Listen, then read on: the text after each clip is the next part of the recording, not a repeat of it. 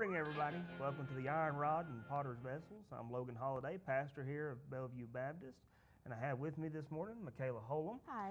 And we're going to have a good conversation today, maybe a controversial conversation today, but one that definitely needs to be had. And before we get into that conversation, I'm going to talk a little bit about the service from yesterday and the sermon. We were in Revelation chapter 8, where we see the seventh seal being opened. Beginning in chapter 6, John sees the Lamb, and he has a scroll, has 7 seals, and only the Lamb, who is Jesus, can open the 7 seals. And so in chapter 8, we see the 7th seal broken. And when the seal is broken, there is silence in heaven.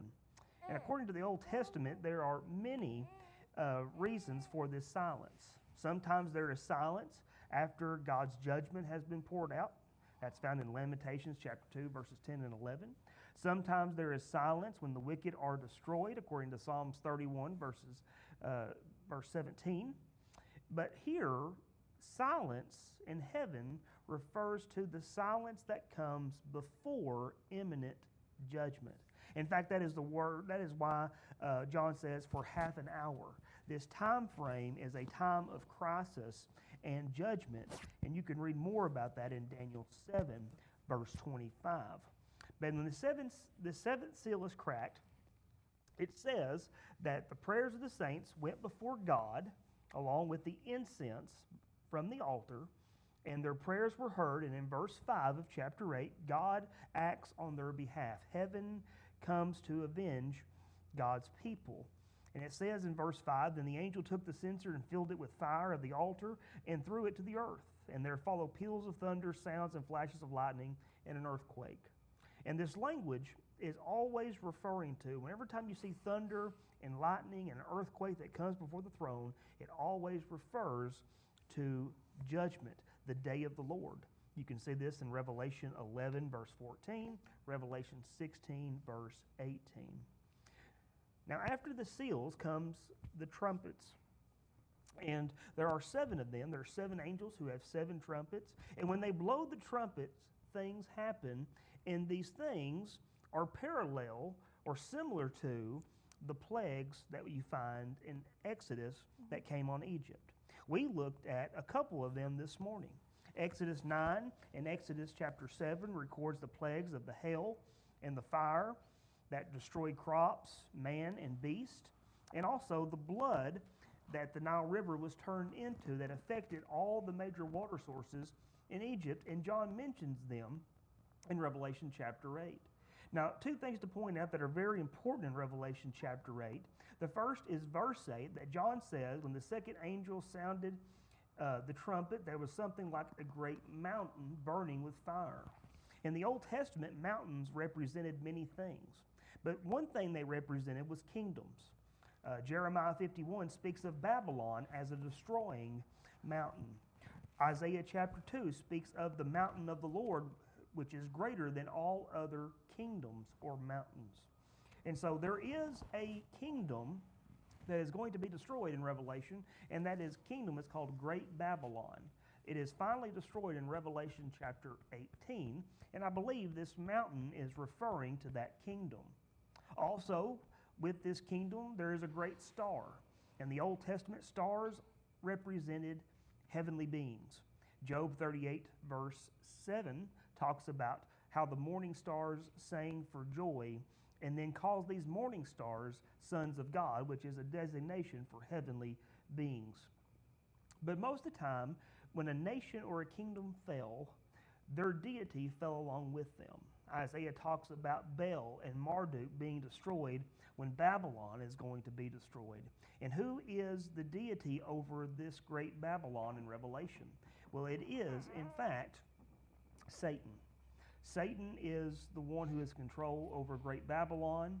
And John's message to all those who would attach themselves to the kingdom of Babylon and practice all of their wickedness and evil is this, that they will be judged.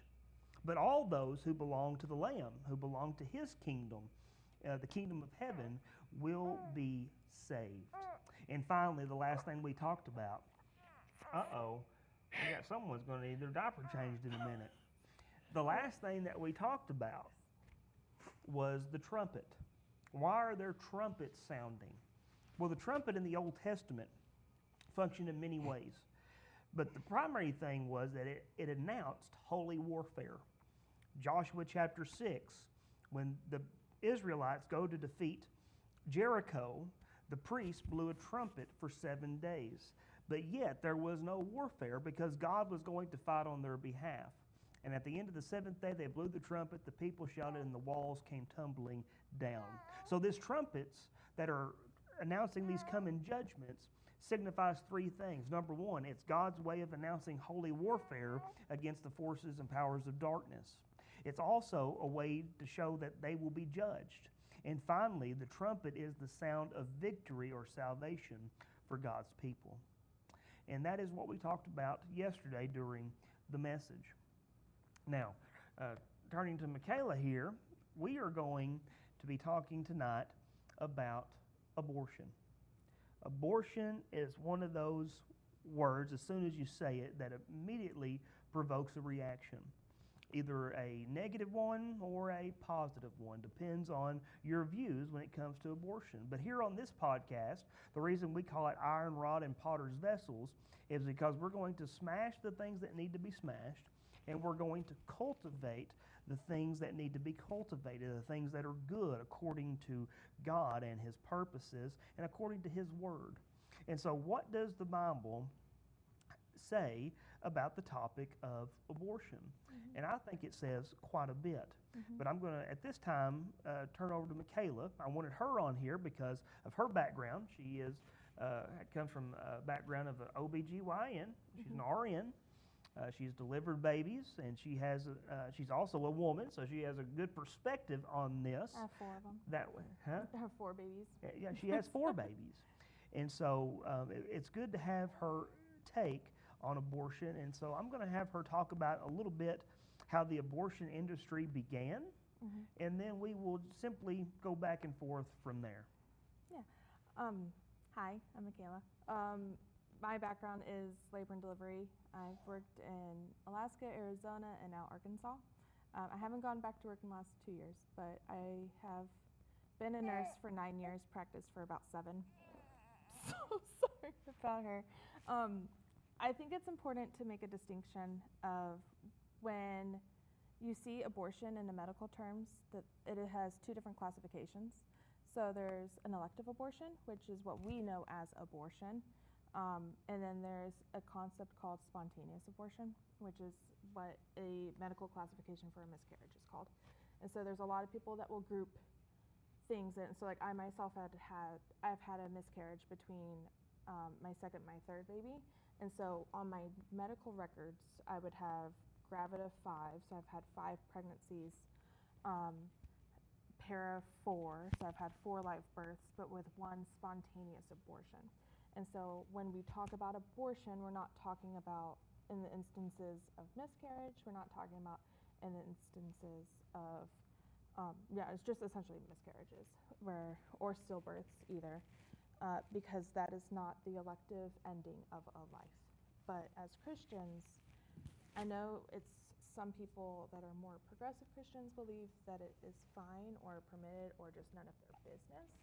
But the Lord tells us to stand on the truth and to stand up for the orphaned and the widowed and the poor and the marginalized. And this falls into the marginalized category, where this is a population of people that have been not just oppressed and killed, but also targeted intentionally.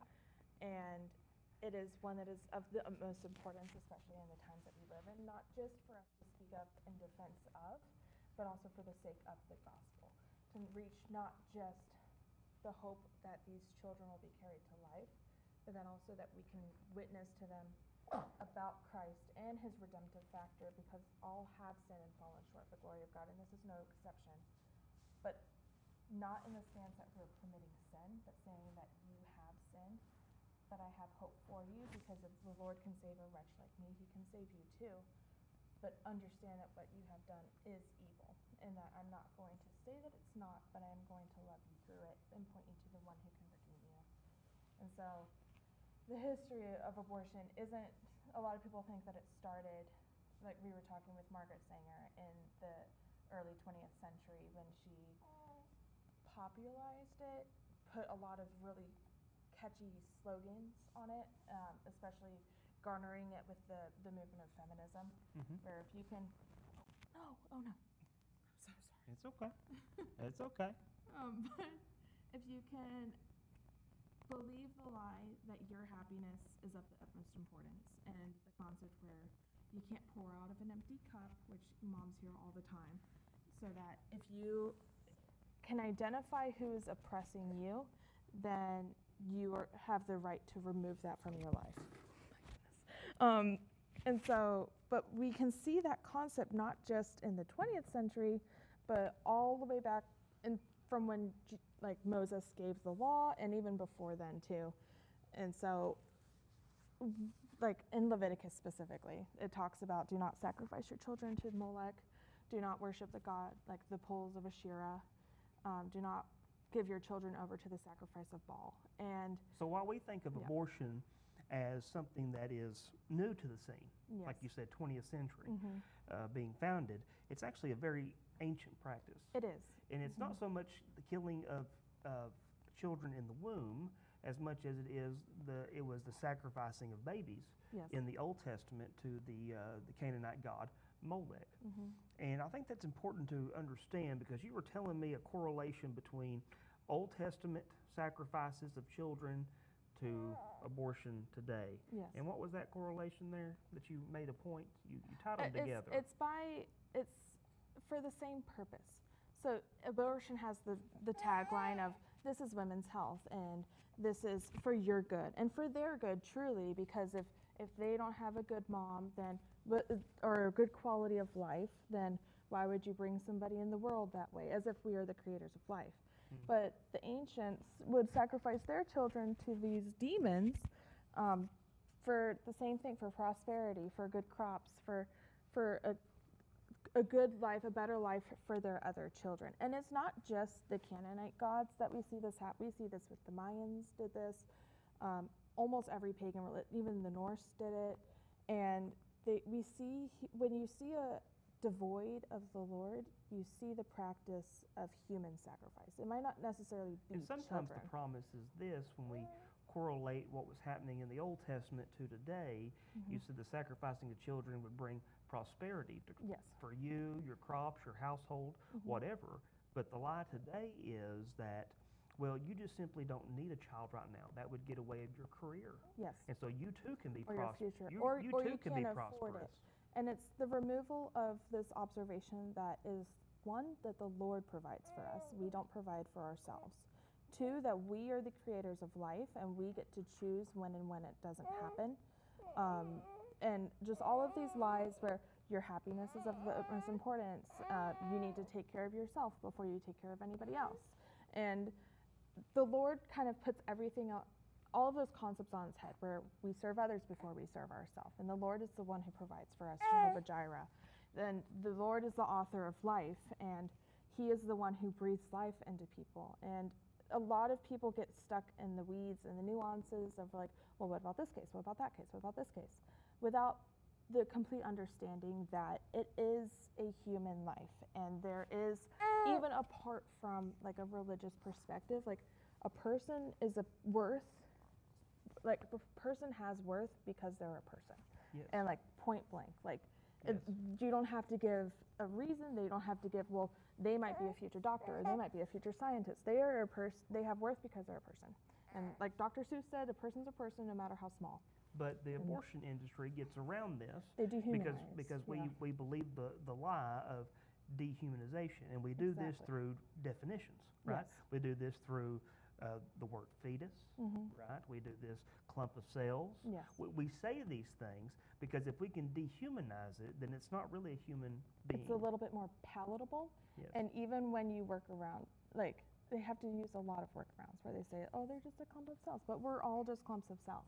Right. And like the functionality of a cell doesn't deem its worth. But Well, everything that is needed for a child to grow and become a baby in the womb, all that DNA is there the moment of conception. It is. Yes. And so if we're talking about what is it to be a human being, well, it's biological speaking, it's DNA. Yes. Right? Our DNA makes us Homo sapiens, Yeah. male and Yeah. female, right? This is what it means to be human. And so if we are that at the moment of conception, then there is no really good grounds Yes. for aborting a perfectly healthy baby. Yes, except for I'm a very black and white on this subject, and it's hard because, like I've said, I have had friends that have had abortions, and I do not want to come across that I don't love them, but I will tell it to their face. I have told it to their face that I don't think that what they did is right, and I know that what they did was a sin, and their baby matters just as much as they matter, but at the same time, like right is right and wrong is wrong, and it doesn't matter how you feel about it. And the killing of another person is wrong, and it doesn't matter if they're on this side of the room or they are not, because a person doesn't come in this world when they're born; they're already here, and it is just such a disservice and just tragic of this complete genocide that is happening. We were talking about earlier this concept of viability. Yes. Right? Because that is an argument that people who are pro-abortion make, right? The baby, is attached to the mother's blood supply. Yes. The baby receives nutrients from the umbilical cord. So really it has no viability apart from its mother. Yes. But viability, we were talking about, is a very subjective thing. It is a very subjective Because you were saying a 3-year-old Yes. really is not viable on their own. No, you can Because just they leave them. needed a parent. Yes, and I personally have been involved in deliveries in Tucson of 25-week babies that have gone to the NICU that have since graduated the NICU and are graduating preschool this year. Well, like a fascinating article you sent me today Yes, was where a woman who had a baby in the womb who had a tumor on its heart, and they took that baby out of the womb enough to operate on the heart, remove the tumor, put it back in the uterus, Yes. and it came to full term. Which is wild. That was the first instance that I've That seen is of crazy. that. Yes. I've always wanted to work at a hospital. I know they do them out in Oregon and Washington where they do intrauterine surgeries on babies, and they fix conditions such as like spina bifida or gastroesophageal, and they fix the baby in utero, and they do it laparoscopically, and it's amazing to me, but also vile, because that baby, because it's wanted, is given the chance at life and a better quality of life, but in those same states, that same baby at that gestation could be aborted and then celebrated that their death happened. Right. And so it's the concept we were talking about where there is no universal morality, and I feel like no labor and delivery nurse should be pro-choice. I know that there are, I've worked with many of them. I just don't understand how we can pick and choose the humanity of our patients based on the fact of their desirability of another person.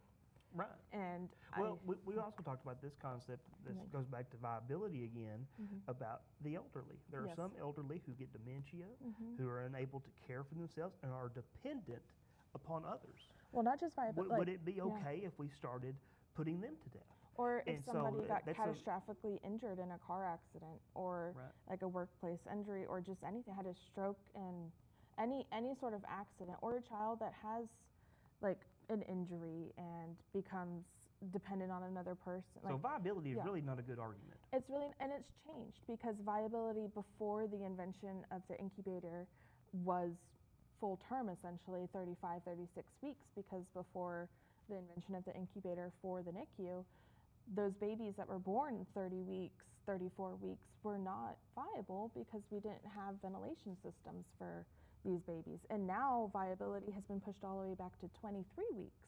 Yeah. And even then, just because your baby's viable doesn't mean your baby will be born. And I've had plenty of people that have had 41, 42 weeks, 39 weeks stillborn. Haley herself was almost a stillborn. She had a true knot. And viability as a landmark line in the sand of, okay, well, today you can be aborted, but tomorrow you're viable, so tomorrow you're worthy of life. I think is just a despicable concept. And I think that it's important to say this is right and this is wrong, and abortion is under no circumstances right. And we say that coming from a Christian worldview, Yes. right? Where we hold that the Bible is the Word of God, and Yes. God is the standard of ultimate truth. Yes. And so therefore, when God talks about creating human beings in His image, that gives us intrinsic worth and value. Yes. And that's why God can say in Genesis chapter 9, after the flood, He says that if you shed man's blood, then your blood must be shed, Yes. simply because of whose image we've been created in. Exactly. And Jesus even goes further than that. Jesus says that if you murder someone, well, you'll have to go stand before the judge. Yes.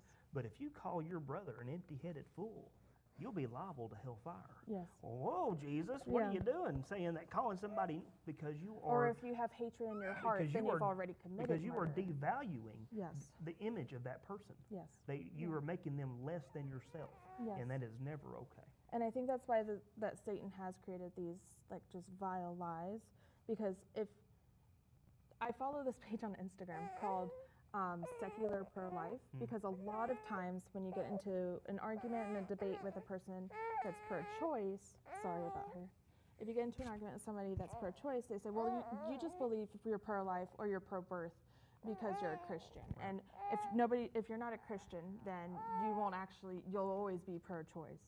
But this page, I mean, I don't agree with their theological stances, but they are predominantly atheists, but are still pro-life because they understand the concept that a person's a person no matter what you deem their worth to be. Right. And so they have all these like... And here's the thing. I know that's an argument, where you're simply just pro-life or Yeah. pro-birth. Yes. Pro-birth. Yeah. You're not pro-life. And you brought this concept up earlier, and it's so true. Yeah. No, we're more than just pro-birth. Especially as Christians. Because Yeah. the single mothers even, that choose to keep their babies, we are a community of people as believers, Yes. of people to belong to, A family, yeah. a family to belong to, where people meet one another's needs. Yes. And so we're stand ready and able to take care of the unwanted children. Yes. Right? Do you There mind- is a church. Do you need something? It's okay if I change her diaper. Yeah, real quick. yeah. I'm yeah. sorry. That's fine. Go ahead. I'm so sorry. Yeah. She'll be Yeah. getting it more and more. She's fine. I'm pretty sure I have it. Yeah, there's yeah.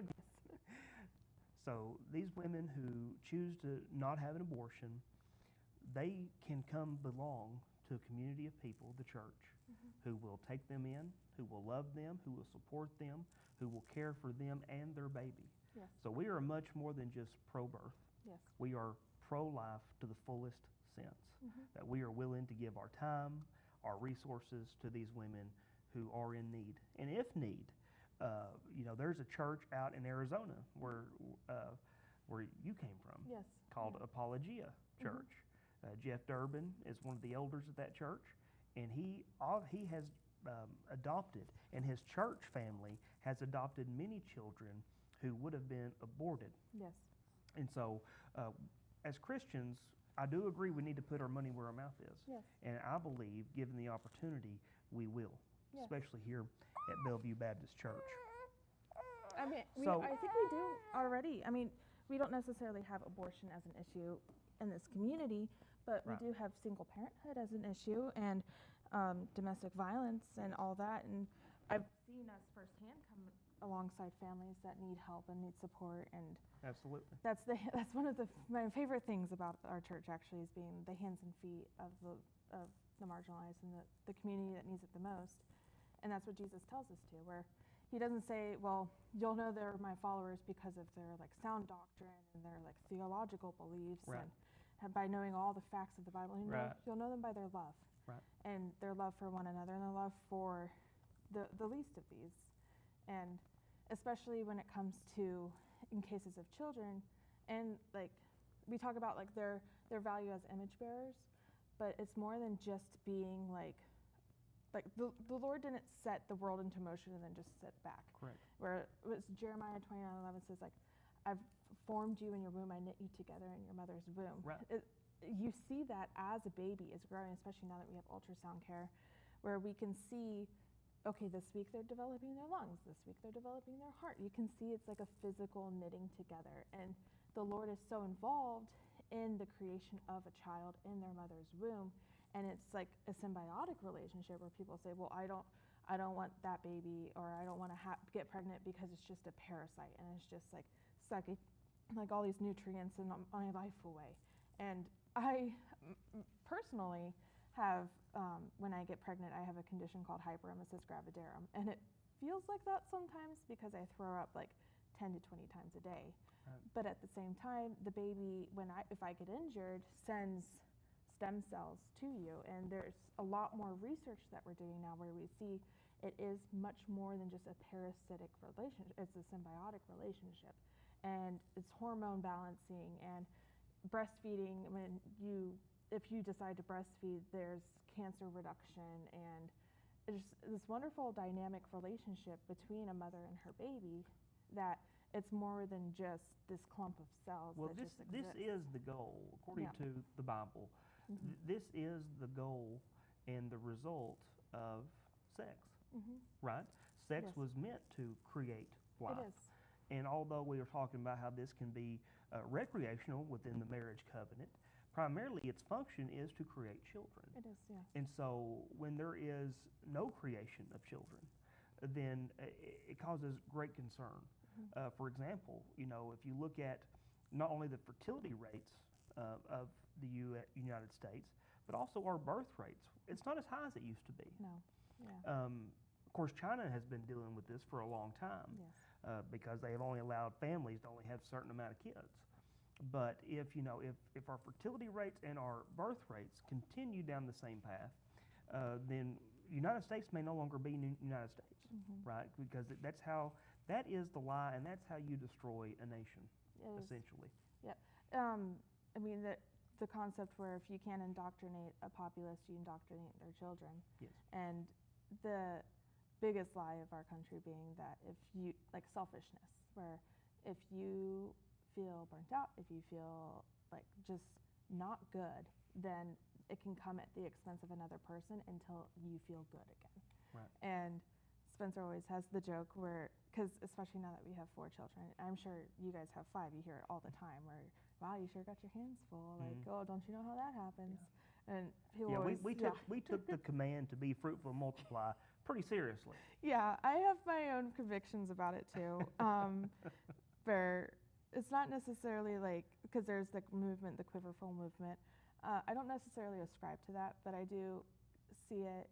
And it's not one size fits all, because I do have friends that if they do have more children, it is dangerous for them, and it's at the risk of the mother. But for like me and mine, like other than hyperemesis, I don't really have any high risk factors, and so I see it as a fulfillment, as like the Romans 12:1, where present your life as a living sacrifice, holy and pleasing for the Lord. And there was a long time in my life where it was almost hypocritical, because I would say to people like, oh, you shouldn't like have abortions, because you're trying to pick and choose what, like, how am I going to phrase? You're trying to say, it's not the right time for me, and I can't provide. But then also saying for myself, well, I only want this amount of children, and then kind of controlling my own womb at the same time. But I know it's not one size fits all. But Spencer always has the joke when people are like, well, how many kids are you guys going to have? And Spencer will say, oh, more than my enemies. And so he's like, if you can't change them, outbreed them. But well, what abortion does, though, when it comes to having children, is it really allows a woman to shirk the responsibility of her actions, in the sense that if sex is God's design to produce children, that then what they have done by having sex outside of a marriage context, right, that they're not responsible for their actions. Yeah. But they chose to have this relationship with another person. Yeah. Most of the time. Most of the time, right? Yeah. And we'll get to that in just a minute. Yeah. Most of the time they choose to have these sexual encounters, but then when responsibility comes, when a child comes, well, I don't need that in my life right now. Yeah. And so it's really a way to opt out of responsibility. Yes, for a lot of people. I know that there are like specific instances, like I've talked about with some of my friends that have had like medically fragile children, or they truly believe that they don't, it's not the right time for them, but almost actually every single one of my friends that I know of that have had abortions are not saved. And so they can't find, they're searching for the truth. They haven't encountered the truth being Jesus. And so they find things that sound close enough to it. Right. And so, and that's the big thing with discernment. It's not figuring out truth from lie, but it's figuring out truth from almost truth. Right. And so I think that like I said, I don't think a lot of them have been malicious. I have met people that are Right. proud of their abortion, shout your abortion, celebrate your abortion. Yeah, most women And- have no malicious intent. Yes. But we're trying to expose the lie Yes. that the abortion industry Which- has made lies about what it is. Mhm. And so, for example, let's debunk some myths here. Well, like you said, like even if they don't have malicious intent, that doesn't remove the consequence of the action. Oh, sure. And just like Yes. if you're driving and you're driving too fast and you hit a pothole and you spin out of control and hit another car and kill that person, you didn't mean to do that. That wasn't what you set out to do that day. Right. But just because the intent isn't there doesn't mean that something tragic doesn't happen. And it's Right. the same thing as abortion. And just because you didn't fully understand that a fetus is a person, or that your baby does have value even if you can't provide the life that you want, that you think would be the perfect life for that child, doesn't mean that action doesn't still have a consequence. Well, speaking of intentions, Yes. The book of Leviticus, Mhm. you recently did women's study through Yep. this, and you will Great notice. book, by the way. You, Yeah. you will notice when you read the book of Leviticus about all these sacrificial laws Mhm. that once a person who has gone from ignorance, a lack of knowledge about sin, Yes, comes to the knowledge of their sin, exactly. then they are to go and offer a sacrifice Mhm. for their sin. Yes. And so what we're trying to show is that most women fall for the lie that the Mhm. abortion industry pushes. Yes, Even though they fell for the lie, they're still responsible for their actions. exactly. But once their actions have been made known, Mhm. once the truth has been made known, then they should repent of their sins Yes. and trust in the Lord Jesus for forgiveness. And we see that concept. I mean, it was touched on our study too in Leviticus, where we see that in the old covenant, but we also see it in the new covenant, Yes. where Jesus says you will be held to the standard of the knowledge you have received, and that once you have received that knowledge, repentance is a gift. It's not a curse. It's not go sit in timeout. It's a gift from the Lord to come into right standing with Him. And I've seen a quote recently where it said that you should repent of your convictions while conviction is your only consequence. Hmm. Because there will be a time, especially with a just Lord, that your conviction will go on to further consequences. Right. And so it's the same thing with abortion, where like you might have fell for the lie and you might have killed your kid, but that doesn't mean that you're so far gone from forgiveness from the Lord. Absolutely. And you are still loved and your child is still loved. And if you come to salvation in the Lord, like what a joyous day is you're going to see your baby again, and Right. they're going to run to you with open arms. And people Yeah. look at us and they'll look at this conversation we're having Mhm. today, and they will say that we're oppressors. Yeah. They will say that we are judgmental, and that is the furthest thing from the truth. Yes. No. We're not the ones saying that murder is wrong. No. God says murder is wrong. Yes. And so I agree with it. But the yes. person who has an abortion, I don't judge that person and say, well, you should go to hell. No. And not at all. Yeah. No. I want to see this person come to know Jesus, Exactly. right? Yes. I want to see their sins forgiven. I want to see guilt and shame removed from them. Yes. And so they can have fullness of life. Yes. And that is really the purpose of what we're doing here today. Yeah. But I do want to dispel some myths when it comes to abortion. One of them being when we talk about abortion as health care, Mhm. they will lump in DNCs, Yeah. right, due to ectopic pregnancy, due to miscarriages, right, where the doctor goes in and physically removes the child because the child has either already passed Mhm. or there's no way for it to develop, especially during the atopic pregnancy. Yes. Right. Yeah. In the Philippians. But that is not the same Yes.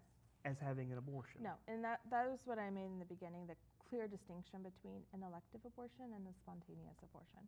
Because in the cases, for example, a D&C, I have a very close friend of mine who lost her baby at 18 weeks, and it stands for disinhibited curettage, and it's when they go and they manually dilate the cervix, and then they sweep out, they call it abortifacts, and fetal tissue and everything, and essentially the lining of the uterus, and manually cause what would be equivalent of like a miscarriage or like what would eventually be a period, like Right. the lining of the uterus. But that doesn't happen while the baby's born unless it's an elective abortion. And then the same thing with an ectopic pregnancy, that's not considered an elective abortion, because, I mean, it might be, it depends if the baby was alive or not, but the baby will not be alive beyond 8 weeks. Right. Because it will, if it's in the fallopian tube, it will rupture the fallopian tube. If it's outside the fallopian tube, Yes. there's no way for it. There are actually very interesting cases of abdominal pregnancies where they do come to full term. It's a lot of those like I didn't know I was pregnant situations, because a lot of people think that the ovaries and the fallopian tube are connected, but they're not. Right. And so sometimes the baby will be conceived and then float on into the abdomen. But there are a lot of cases where they have come to term or close to term and have been able to be delivered via C-section.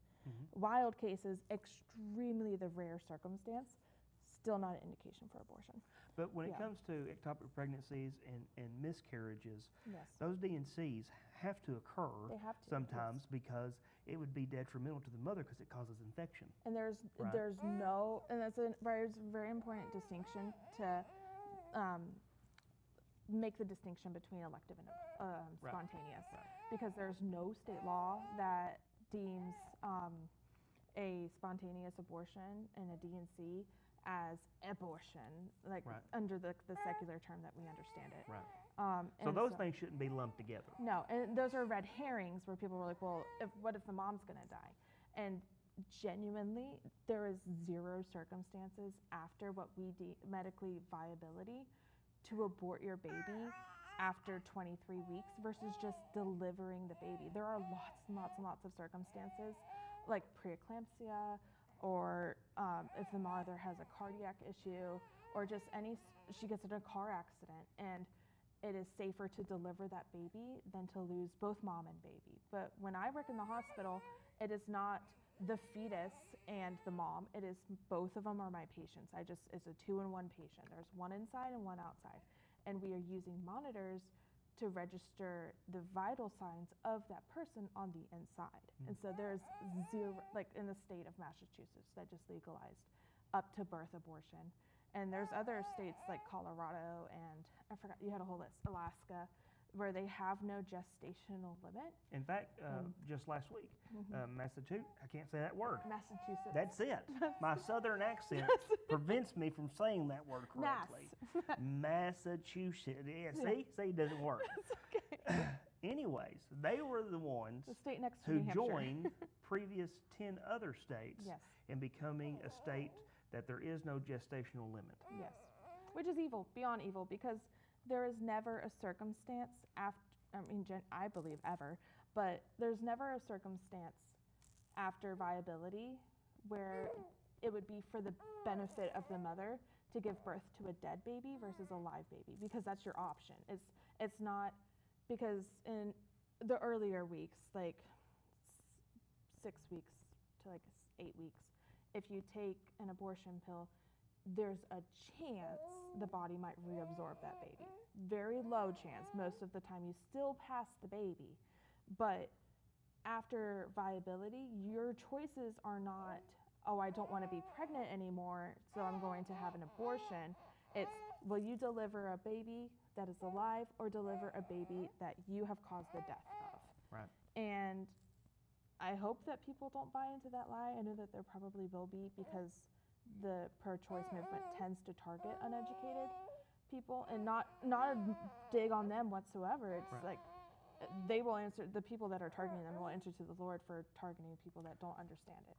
And so I'm hoping from this podcast we can show people that, like, hey, just because they use the term fetus doesn't make it not a person. That's just a stage of life. Just like when I use the word toddler, just like when I use the word adolescent, that is a stage of life of that person. Right. And it's the same thing with laws where people, if you kill a pregnant person, you're charged with double homicide, not singular homicide. Well, another red herring Yeah. that the abortion industry uses to ease the conscience of people who choose to have an elective abortion is, what about those who are raped? Yes. What about those who experience incest? Mm-hmm. And there was a study done in 2004, over 1,200 women who had elective abortions, and the top of the list was simply it wasn't the right time. 73% women said that, while 0.5% of women said it was due because of rape or incest. Yes. And so they're using the smallest denominator, right, the smallest percentage to justify taking a baby's life from the womb. And I think that is evil. I think even in the case, I mean, this will be very controversial. You might get canceled for me saying this. But I think even in the case of incest and rape, that doesn't remove that person's humanity. And It doesn't, because here's the law. If someone is raped, then we should, by all means, prosecute the one who raped. Exactly. Right?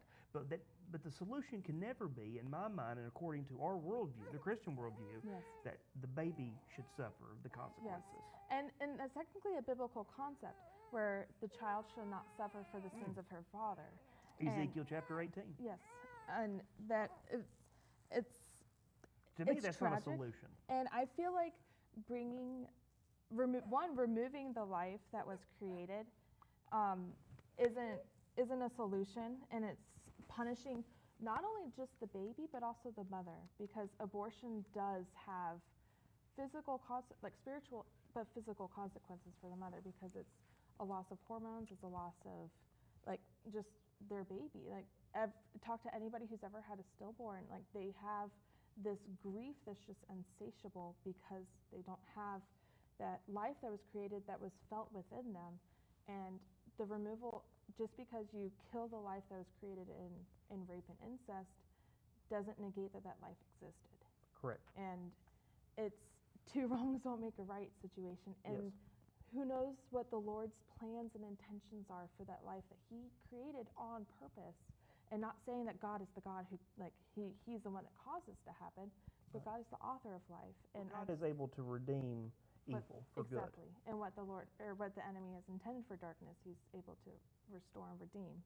Right. And I've met people, I have friends who are products of rape, and I'm so glad that they exist, and I'm so happy, and I see that the Lord's plans for their life.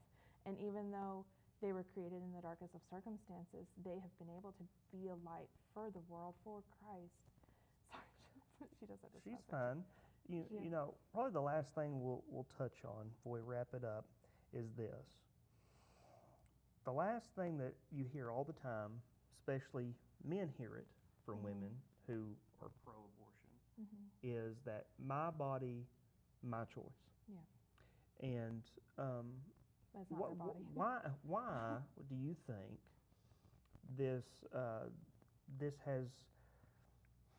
why do women have to have the choice of abortion in order to feel some sort of power or control over their body? You're going to get me in the conspiracy rabbit hole. Not conspiracy, but just I feel like what do you think? it's rooted in feminism, and feminism is rooted in selfishness.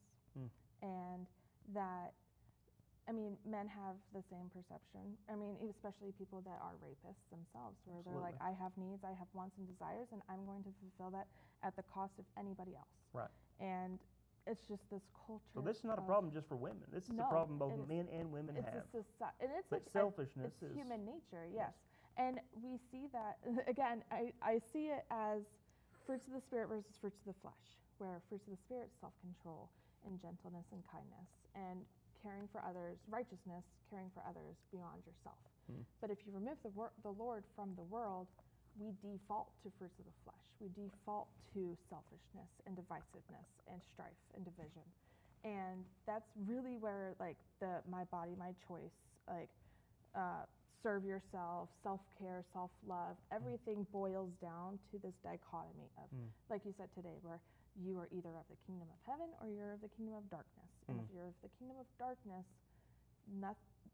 nothing involves like the Lord, and if it doesn't involve Well, nothing involves outside of yourself. exactly, and that's the word that it really boils down to is the worship of self and the worship of if it doesn't serve me, if she doesn't serve me, if I don't get joy from her, then I can do what I want to do because I'm righteous in my own eyes at that point.